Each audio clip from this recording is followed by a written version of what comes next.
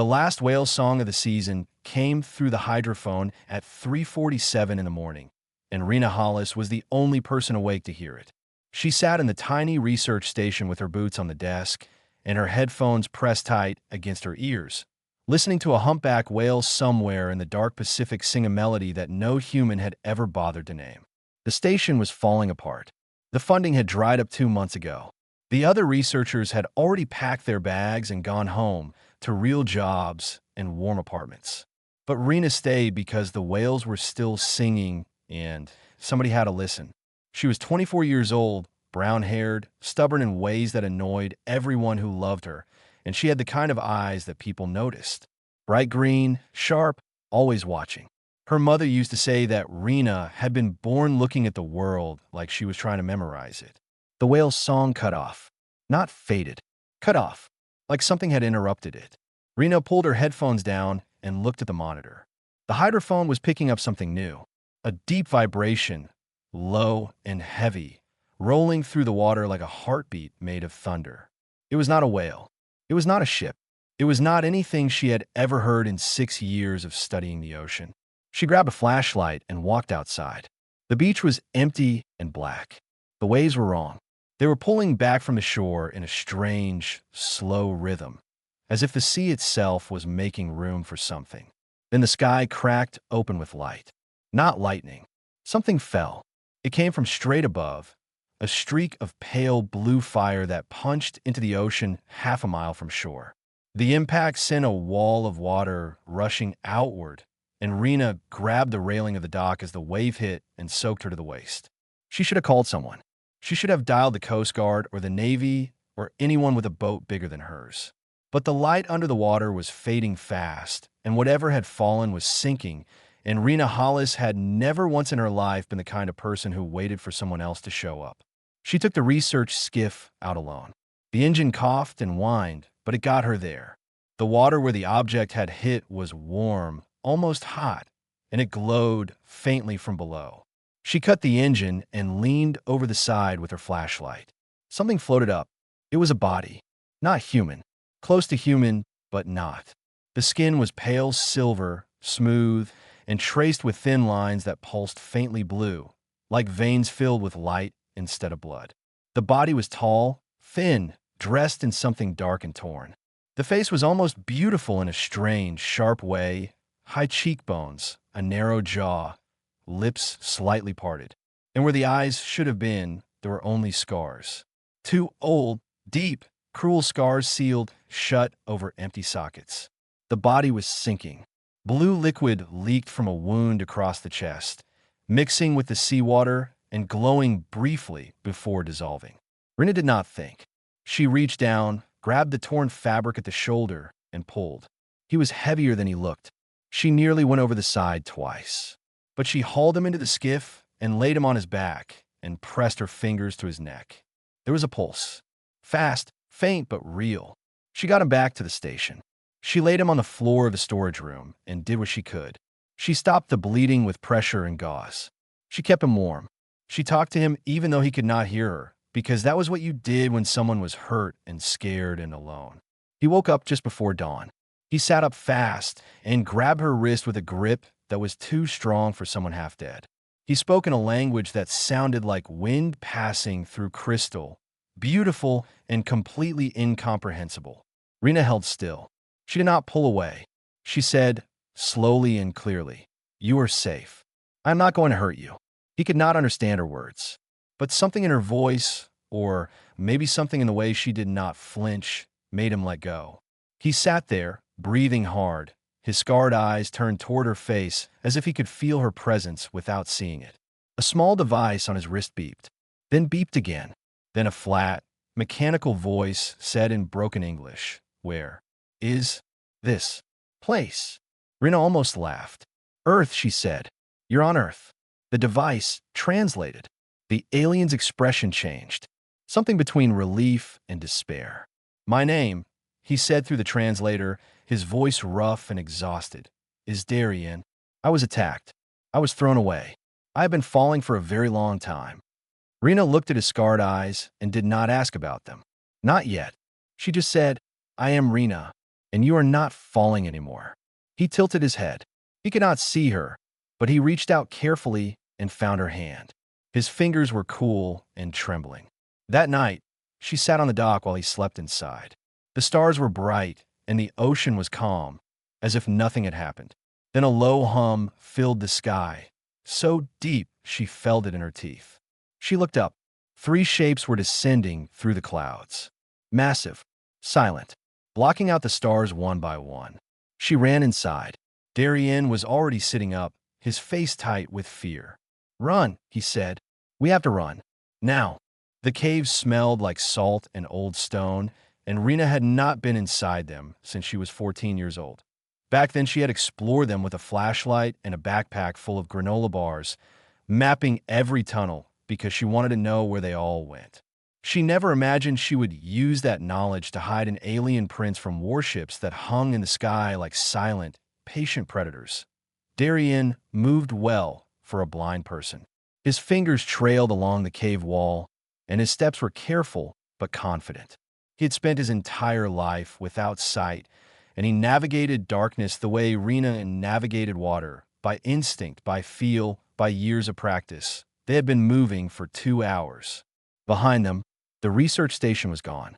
Rena had looked back once and seen lights sweeping the coastline, blue and cold, scanning everything. "Who are they?" she asked. "My uncle," Darien said. The translator on his wrist turned his words into flat English, but she could hear the bitterness underneath. "His name is Lord Soreth. He rules the Elvari Dominion. He has ruled it since the night he took the throne from my father." "What happened to your father?" "Dead. Soreth killed him. I was an infant, the firstborn heir.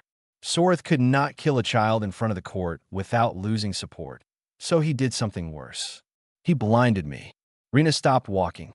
"He blinded a baby. Among my people, sight is everything.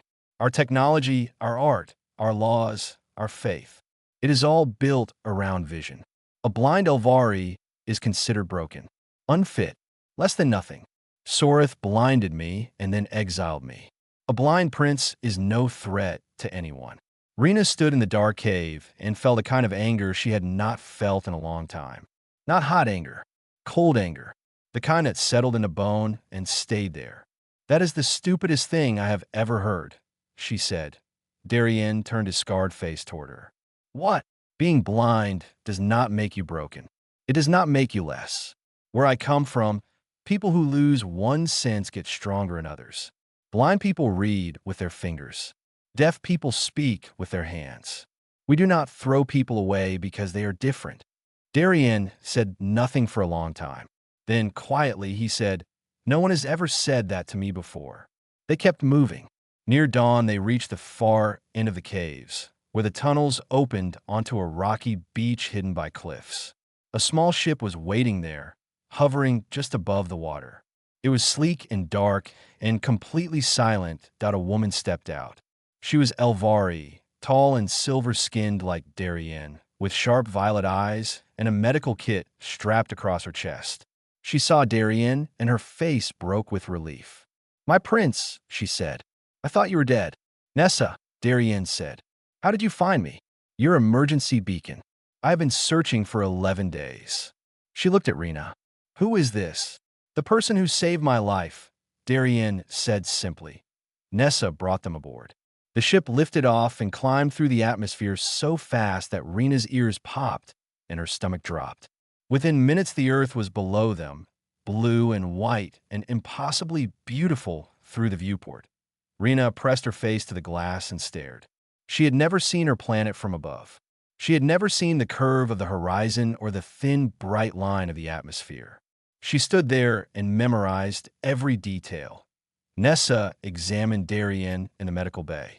Rena sat nearby and listened. Nessa spoke quickly in the Elvari language, but the translator caught most of it that Darien's optic channels were intact.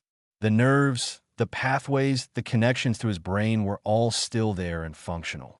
What had been destroyed were the eyes themselves, burned out completely when he was an infant. If he had compatible eyes, real biological eyes that matched the neural architecture, he could see, but no Elvari eyes would work.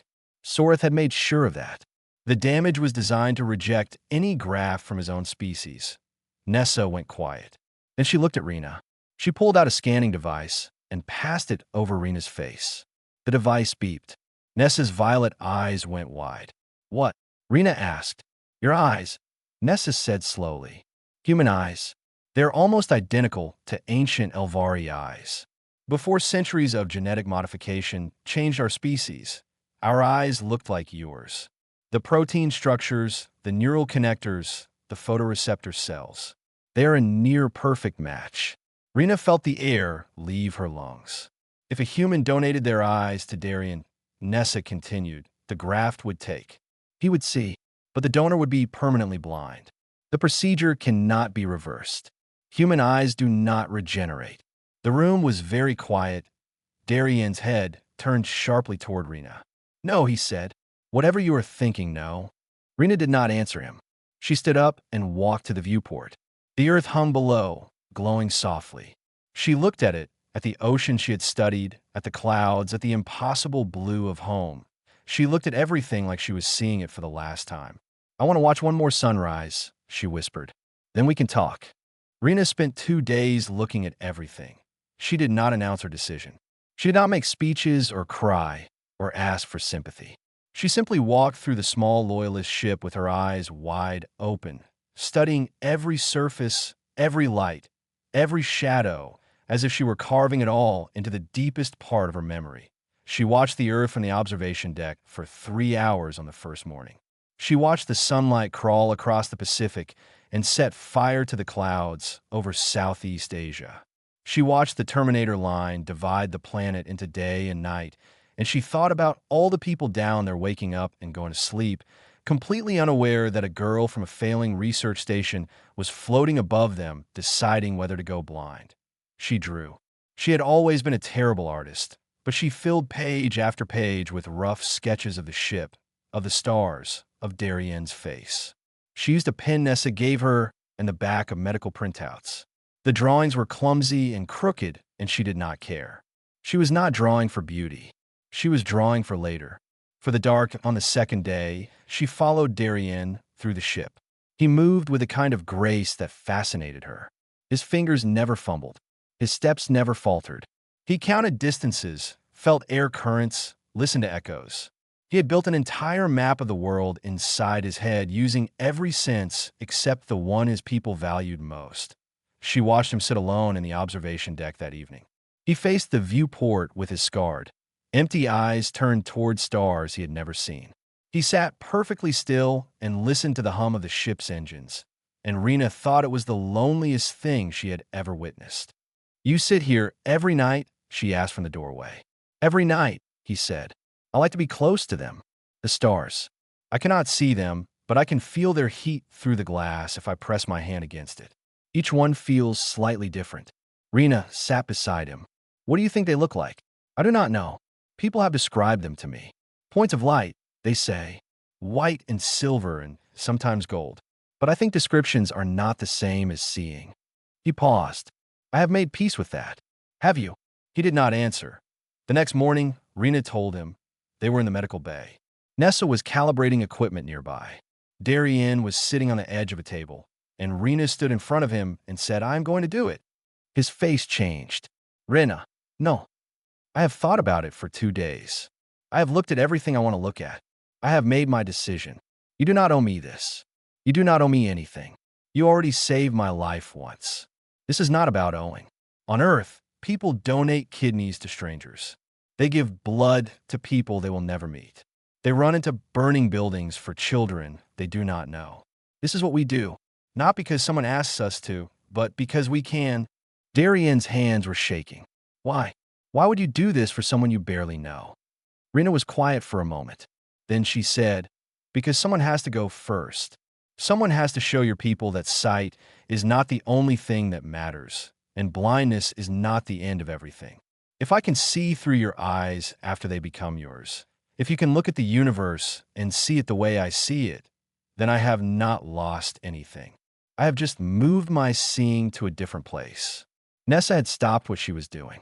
She stood frozen by the equipment, staring at Rena with an expression that Rena could not read. Darien lowered his head. He did not speak for a long time. When he finally looked up, there were tears running down his silver face, the first tears his damaged eyes had ever produced, leaking from beneath the scars. "I will spend every day of my life being worthy of this," he said. Rena asked for 1 hour alone before the procedure. She went to the observation deck one last time. She stood at the glass and looked out at everything. The stars were scattered across the black like salt on a dark table. The Milky Way cut a bright river through the center of the sky. The Earth sat below, half in shadow, half in light, turning slowly. She pulled out a small recording device Nessa had given her and pressed it to her lips. "The stars are not just white," she said quietly. "Some of them are blue. Some are faintly orange. The space between them is not empty. It is layered like deep water with clouds of dust that glow in colors I do not have names for." She paused. "The Earth looks fragile from here, like something you could hold in your hands. I want to remember that. I want to remember that it looked like something worth protecting." She described the ship. She described the way light bent through the viewport. She described Darien's face, the sharp angles, the silver skin, the scars where his eyes should have been. "He has a good face," she said, and laughed softly. "I'm glad I got to see it." She pressed her hand flat against the glass. She closed her eyes, then opened them one more time. Then she walked to the medical bay. Nessa had prepared everything. The procedure would take 4 hours. Rena would be conscious for the first part. She lay down on the table and looked up at the ceiling, at the soft lights, at Nessa's careful hands. Darien stood above her. His scarred face was tight with emotion. "Thank you," he whispered. Rena looked at him. She looked at him with everything she had. "Now you will see what I see," she said. The lights dimmed. The procedure began. And the last thing Rena Hollis ever saw with her own eyes was the face of a prince who had never seen anything at all. She woke up in darkness and thought she was still dreaming. Then she reached for her face and felt the bandages, and she remembered everything. The observation deck, the recording, the table, Darien's face above her, the last image her eyes ever captured before they became someone else's. The darkness was complete. Not the darkness of a closed room or a night without stars. This was the darkness of nothing. No light, no shadow, no shape. Just black, everywhere, forever. Rena's chest tightened. Her hands gripped the edges of the bed. For one terrible moment, panic clawed up her throat, and she could not breathe. Then a hand caught hers. Cool fingers, trembling slightly, holding on tight. "Rena," Darien's voice, but different. Cracked and raw and full of something enormous. "Rena, can you hear me?" "Yes," she whispered. "They are blue," he said, and his voice broke. "The stars. Rena, some of them are blue. You were right." She held his hand and listened to him cry. She had never heard someone cry from joy before. It sounded like pain, but it was not pain. It was the sound of a man seeing the universe for the first time at the age of 26, and it was the most beautiful thing she had ever heard. The first week was the hardest. Rena had prepared herself mentally, but the reality of blindness was different from the idea of it. She bumped into walls. She knocked over equipment. She burned her hand on a heating panel because she could not see the warning light. She dropped things and could not find them and sat on the floor of her small cabin fighting tears that came from eyes that were no longer there. She did not regret it. Every time someone asked, and people asked often, she said the same thing. "I would do it again." And she meant it. But meaning it did not make the darkness easier. Darien never left her side for long. He became her eyes the way she had once been his rescuer. But he did not describe the world in clinical terms. Everything was new to him, and his descriptions were full of wonder. "The nebula outside the viewport," he told her one morning. "It looks like someone spilled paint across the sky. Purple and gold and a red so deep it looks like it is breathing. I did not know color could feel warm." "It can," Rena said, smiling. "Red always feels warm." "How did you know that?" "You could see it. Everyone knows that. You feel it too, right? Even before you could see." He went quiet. "Yes," he said slowly. "I think I did." He described everything. The shape of the ship's corridors. The way light bent through crystal panels in the walls. The expressions on Nessa's face when she was worried, which was most of the time. He described Rena's own hands to her, the calluses from years of field work, the small scar on her left thumb. "You are studying me," Rena said. "I am seeing you," he corrected. "There is a difference." News reached the Loyalist ship on the 9th day. Lord Soreth had learned that Darien was alive and could see. The response was immediate. Soreth dispatched a war fleet to hunt them down. A blind exile was no threat. A prince with restored vision was a symbol, a rallying point, a legitimate heir who could challenge everything Soreth had built. Nessa plotted a course for Ilvara, the Elvari homeworld. A resistance had been growing there for years, quietly, carefully, waiting for something to believe in. The journey took 6 days. On the 3rd day, they flew into a nebula to hide their trail, and that was where the ambush waited. Point 3 of Soreth's scout ships had seeded the nebula with cloaked mines. The ship's sensors could not detect them. The mines were designed to be invisible to Elvari scanning technology, hidden in the electromagnetic noise of the nebula itself. Rena was sitting in the corridor when she felt it. Not heard, felt. A vibration in the floor, so faint it was almost nothing, pulsing at a frequency that did not match the ship's engines. "Stop the ship," she said. Nessa looked at her. "What?" "There's something out there. I can feel it through the floor. A pulse.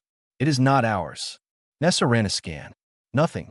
But Rena insisted, and Nessa adjusted the sensors to sweep the specific frequency range that Rena described by the feel of the vibration against her palms. The screen lit up with 12 red dots. 12 cloaked mines, arranged in a ring directly ahead. If they had kept flying, the ship would have been destroyed.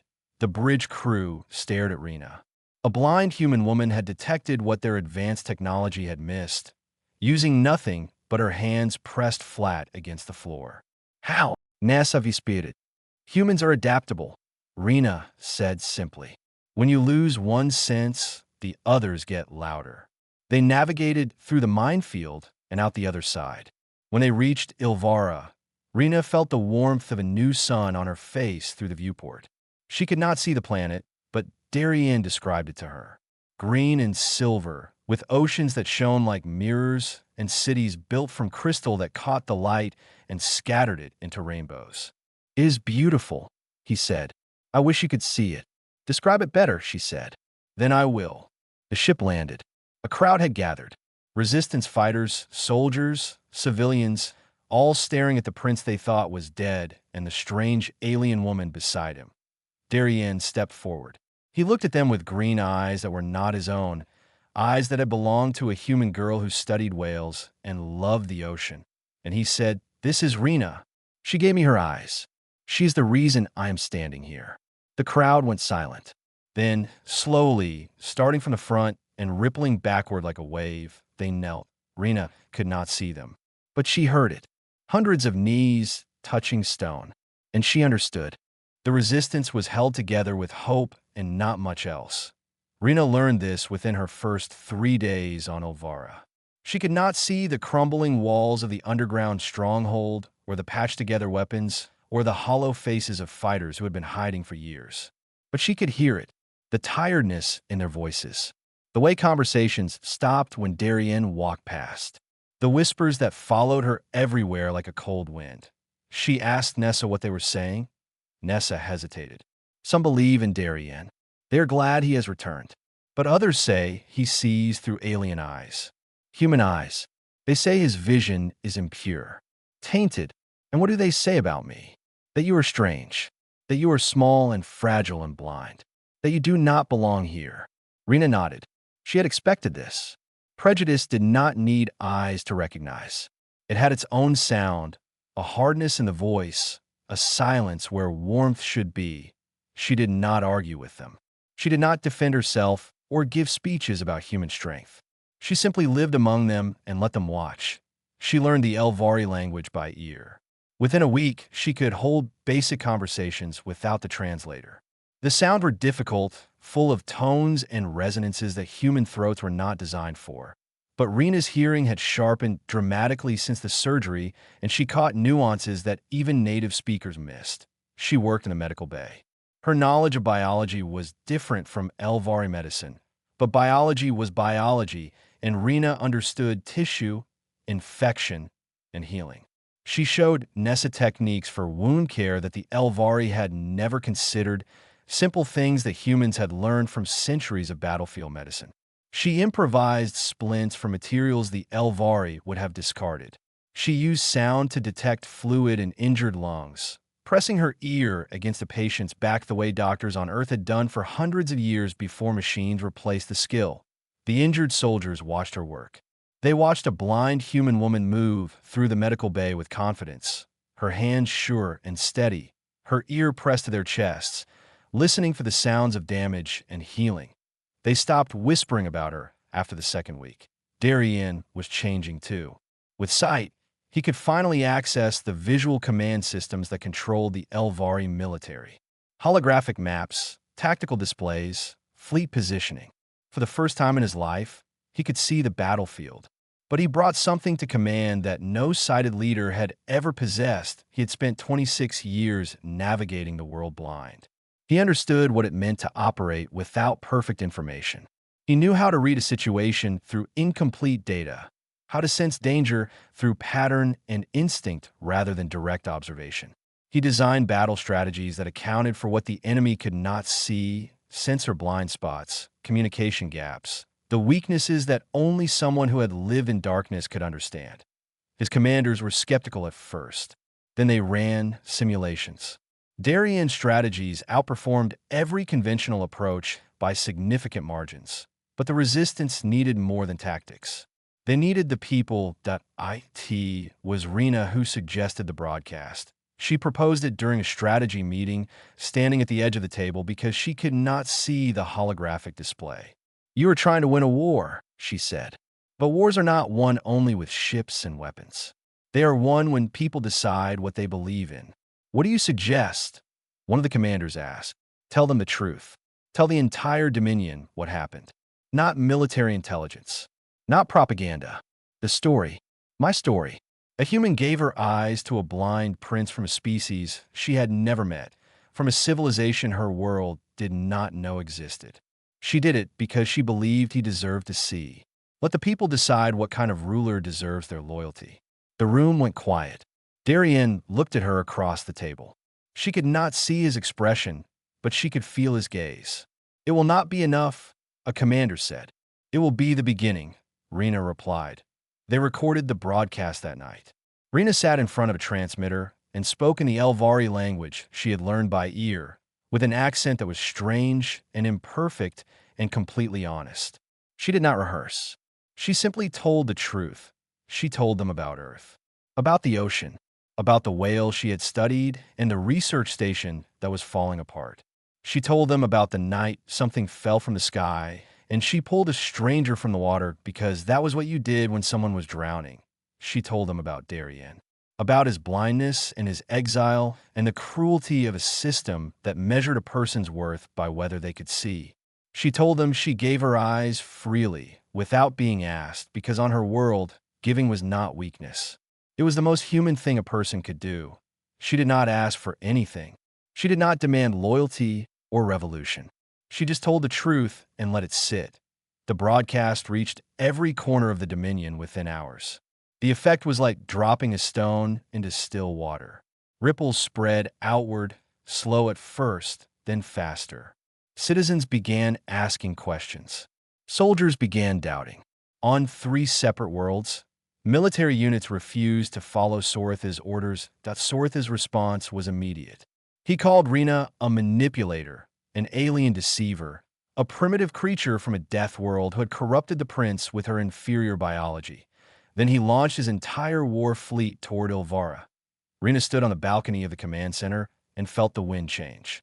She could not see the sky, but she could hear the distant thunder of engines entering the atmosphere. Darien stood beside her. She reached for his hand and found it already reaching for hers. "Tell me what you see," she said. He looked up at the sky, full of warships and the stars beyond them, and said, "Everything we are going to save." The Battle of Ilvara began with silence. Sorith's fleet filled the sky above the planet. hundreds of warships arranged in a formation designed to terrify. For 10 full minutes they hung there, motionless, letting the resistance look up and understand how outnumbered they were. Then the first defection happened. A cruiser on the eastern flank broke formation. Its captain opened a channel and said, in a voice that carried across every frequency, "We heard the broadcast. We heard the human. We will not fire on Ilvara today." Then another ship broke away. Then 3 more. Then a dozen. Sorth's fleet began to fracture. Ships that had served him for years were pulling back, refusing orders, powering down weapons. The broadcast had done its work, not with threats or promises, but with the simple truth that no amount of propaganda could erase. A blind girl from a small planet had given her eyes to a stranger because she believed it was the right thing to do, and that truth had cracked the foundations of a tyrant's empire. But Sorth was not the kind of man who accepted defeat quietly. He ordered his remaining loyal ships to open fire, not on the resistance fleet, on the defectors. The sky erupted. Ships fired on ships. Explosions bloomed in the upper atmosphere like terrible flowers. Debris rained down toward the surface, and the ground battle began as Sorth's ground forces landed in waves, pouring out of drop ships with weapons hot and orders to crush everything. Rena was in the medical bay when the first explosions hit. The building shook. Dust fell from the ceiling. She heard screaming, the deep rumble of collapsing structures, and the sharp crack of energy weapons. She grabbed a medical kit and ran toward the noise. People tried to stop her. A blind woman running toward a battlefield was madness. But Rena had spent weeks learning this city by sound and touch. Every corridor, every stairway, every turn. She moved through the chaos with a certainty that startled everyone who saw her. She found the wounded in a collapsed corridor near the eastern gate. 2 Elvari children were trapped under a fallen beam, crying in the dark. Rena knelt beside them and pressed her hands against the rubble. She listened. She felt the vibrations in the stone, the way the weight was distributed, where the structure was still holding and where it was about to give. "This side," she said to the soldiers who followed her. "Lift here, not there. Here." They listened to her. They lifted. The children came free. An Elvari soldier was recording on a wrist device. The image went out across the network within minutes. A blind human woman pulling alien children from the rubble of a city that was not hers, on a world that was not hers, in a war that was not hers. The defections doubled. In the old throne room, Darien found Sorth. The room was vast and empty, built for ceremony and spectacle. Tall windows lined the walls, and through them the sky burned with the light of battle. Sorth stood at the center, alone. His guards had abandoned him when the footage of Rena and the children spread through the ranks. He was tall and sharp-featured, with eyes like polished metal. He looked at Darien and saw green eyes staring back at him. Human eyes in an Elvari face. "You see through stolen eyes," Sorth said. "Alien eyes. The eyes of a primitive creature from a dying world." Darien walked toward him slowly. "These eyes have shown me more beauty in a few months than you have seen in your entire life." "Beauty?" Sorth spat the word. "You sound like her. The human. She taught me something your entire civilization forgot. Seeing is not about the eyes. It is about what you choose to look at. You looked at me as an infant and chose to see a threat. She looked at a stranger drowning in the ocean and chose to see someone worth saving. That is the difference between you and her. That is why you're standing alone in this room, and she is out there saving your people." Sorth drew a weapon, but before he could raise it, the doors opened and his own remaining guards walked in. They had seen the broadcast. They had seen the blind human carry their children through fire. They were done. They took the weapon from his hand. Sorth looked at them with disbelief, then fury, then something that might have been fear. He had ruled through the belief that strength meant power and perfection. And a blind girl from Earth had proven him wrong without firing a single shot. The war ended not with a great explosion, but with a quiet wave of surrender that rolled across the Dominion like a tide. Ships powered down. Soldiers laid down arms. On a dozen worlds, people stepped into the streets and looked up at the sky and felt something shift. Darien was crowned 3 days later. His first act was to abolish every law that deemed the blind, the disabled, or the different as lesser. His second act was to recognize Earth as a protected world and humanity as allies of the Elvari Dominion, to be defended and never harmed. Nessa came to Rena on the fourth day. "There is something I want to show you," she said. Then she paused. "Something I want to offer you. Elvari cybernetic eyes. They're not biological.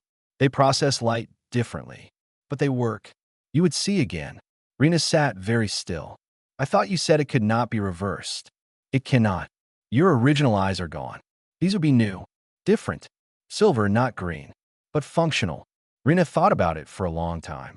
She thought about the darkness she had lived in for weeks, about the sounds and textures that had become her world. She thought about how much she had learned in the dark, how much she had become. "Yes," she said, "not because I need to see, but because I want to see what we build together." The surgery took 2 hours. When the bandages came off, the world flooded in. Different than before. Sharper in some ways, softer in others. Colors had a faintly silver tint, like looking through crystal. She walked to the balcony of the royal palace. The city of Elvara stretched out below, rebuilt already in places, glowing with lights from 100 worlds. Ships moved through the sky, carrying supplies and diplomats and the curious. Somewhere far away, Earth turned slowly in the dark, unaware of everything that had happened. Darien stood beside her. He looked at her new eyes, silver and bright, and smiled. "They suit you," he said. Rena looked up at the stars. She had described them once into a recording device, trying to capture what she was about to lose. Now she saw them again, familiar and strange at the same time. "They really are blue," she said softly. "You told me they would be," he said. They stood together on the balcony, a prince who saw through human eyes and a girl who saw through alien ones, looking up at a universe that had just become a little wider and a little kinder. And somewhere in the dark between the stars, a whale's song echoed through an old hydrophone on a quiet beach, singing to an empty research station, waiting for the girl who had always listened to come home.